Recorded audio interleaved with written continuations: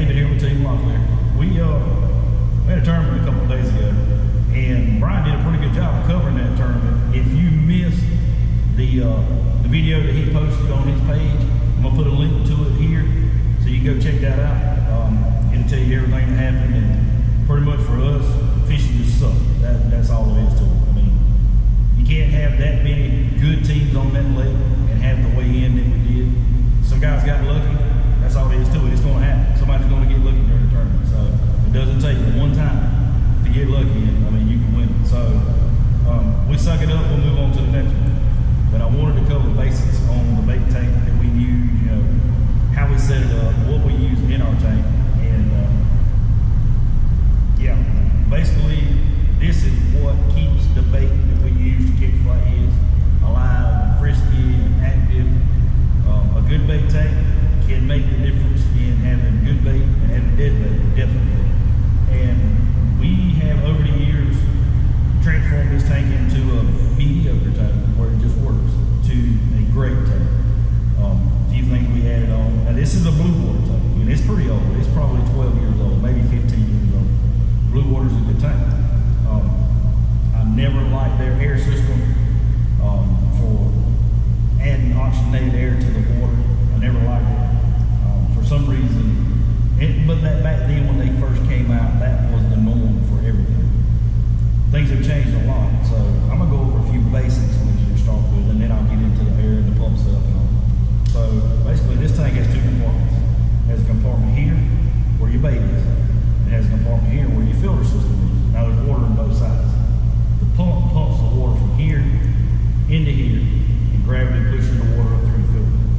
This is your filter box, and this is the water comes up through this tube from the bottom and filters through back out of these holes, and the pump takes it from here and pumps it back in the tank. So you can take dirty water, goes through that tube, runs through the filter, clean water comes out, goes back in here. Pretty simple. Now, used to, we use just polyfill. We just stuffed this filter box full of polyfill, and it worked to an extent. So over the years, things have changed. So now what we do is we use a fine, very fine aquarium type filter material in the bottom of the stuffing box, as I call it, because we use billet stuffing for it. But anyway, we put the very fine pad in the very bottom. We take a very coarse type filter. Now this catches scales and dirt and sticks, big pieces, before it actually hits the fine filter. Now we put that on top of the fine. You can see how I got it stacked in here. And then we take what they call polyfill, which is basically pillow stuffing. That's what it is. And we put this around that tube. So as the water is getting pushed through the filter by gravity, it's not pumped, it's gravity. It actually refines this water. It polishes this water as it goes through. I may have a little too much in there now, but just for purposes of this video, I'll stuff it on in there. Anyway, if you guys can actually see this, you see down in there, see that tube coming through with a filter around it. Well, the water's coming through here, coming out of this tube, flowing back into these, filtering, coming back through these little holes.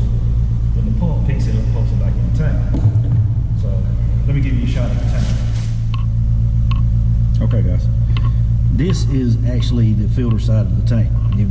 I've got a Rule 500 gallon per hour bilge pump pumping the water from the filter side of the box back through. Well, if you look, you'll see that air line. That is a Danco Venturi in front of that pump with your external air line coming out the side. Now, once I put the filter box in,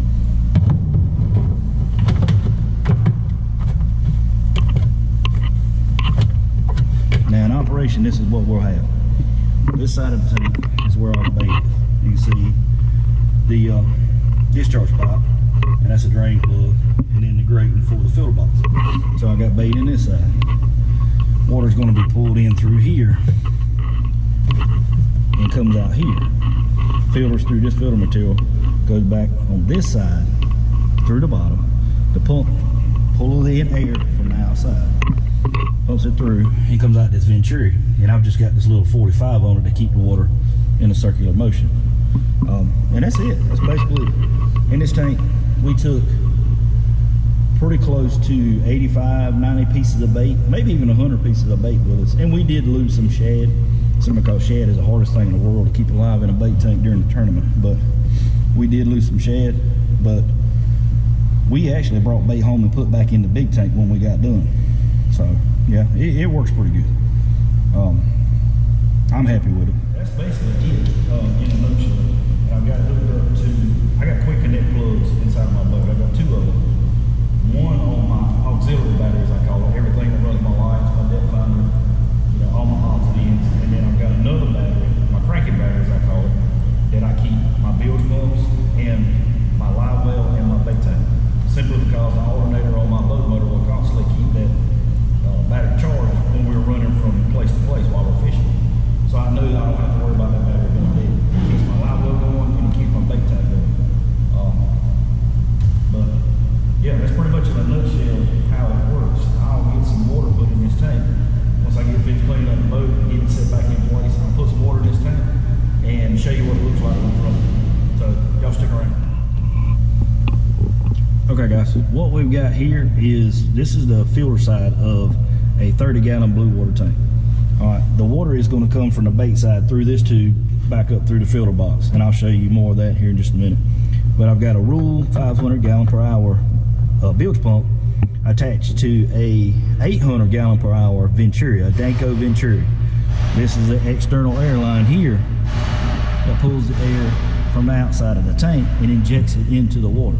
So we're pulling fresh air from the outside in here instead of recirculating air that's already in the tank through the top side. You know, you see a lot of recirculation setups that blow water back into what you got your bait in, and that's okay. That'll work with small amounts of bait. That'll work for short periods of time.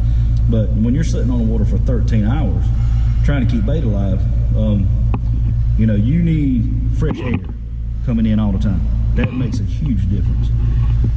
After it comes out the Venturi, I've got a little 45 on the NOS nipple that will actually create a small current inside of this tank, which keeps the bait moving, which keeps your gills, you know, working, and keeps, you know, oxygenated water crossing their gills because they're moving. The dirty water actually comes through here, and that's the tube for the filter box. So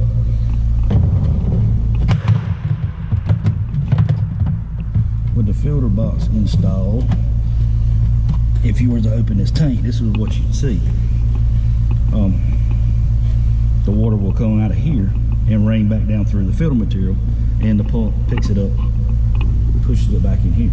So what I'm gonna do now is get the tank put back in the boat, get some water in it, and get it recirculating, and give you an idea how it actually works. All right guys, we got the bait tank back in the boat.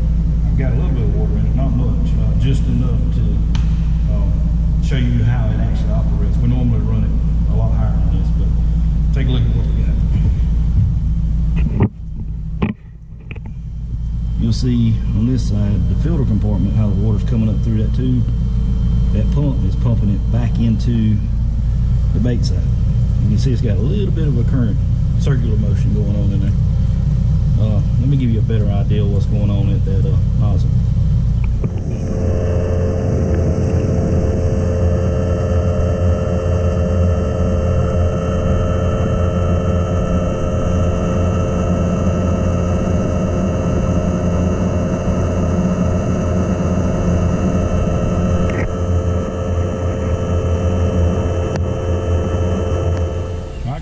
Well, I kind of hope that gives you an idea on how to set up a bait tank, how we set up ours. It works great for us. Like I said, we take upwards of 100 pieces of bait with us, live bait, in this 30-gallon tank. And when the water is cool like it is now, 68, 69, 70 degrees, it is easier to carry a lot of bait with you. But as the water gets hot, I mean, and I'm talking in the mid 80s, upper 80s, maybe pushing 90, that number will come way down, and we'll have to start making bait runs during the tournament to actually finish it, because you can't tote that many pieces of bait in these small tanks then once the water heats up. I mean, there's a whole different set of rules, I guess you would say, that you have to follow in order to hold that many pieces of bait. I'm lucky enough to have a 50-gallon live well in my boat that sometimes we can utilize to carry that much more bait with us. It slows us down, but we're able to split the number of pieces of bait that we take into 2 different areas. And I've actually got my live well set up with the same Venturi system, air intake, pulls air from outside into my live well, and I've got a timer set up on it where it automatically cuts itself off and on wherever I set it at. So if I want to run it 5 minutes, I can run it 5 minutes and cut it off for 5 minutes. Saves you batteries, plus it doesn't make a whole bunch of racket all the time. But I hope that kind of gives you an idea on how we set this bait tank up. There's all kinds of chemicals that go along with this. I'm not going to get into that. To each his own when it comes to that. That's just one of the tricks of the trade that you got to figure out on your own. We've got a concoction that works for us, and you know, it's out there. Do your homework, do a little bit of studying. It's not that hard to figure out. But good luck, and until the next time, we'll see you guys on the water.